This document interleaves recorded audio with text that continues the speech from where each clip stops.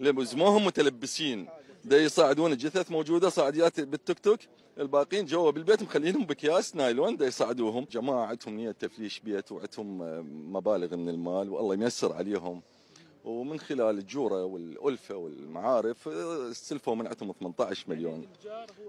تمام، مو الجار القريب ولكن جار في الديره، يعني عشره عمر والفه بيناتهم وصداقه قديمه.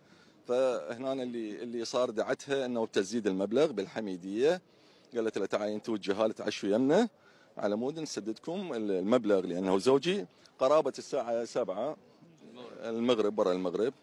اي فبعد ما راحت ووصلت هناك تبين انه لان شلون عرفنا هذا الامر؟ لانه شفنا اثار تعذيب على اليمن على ايدين الجهال وضربات سكينه. صارت طريقه القتل تعذيب للاطفال اللي بالحميديه. هنا اثنين وهناك ثلاثه وامهم، فهنا اثنين يعني المجموع 5 زائدا امهم زائدا حامل وزائدا ولد، فالمجموع 8 حامل التاسع.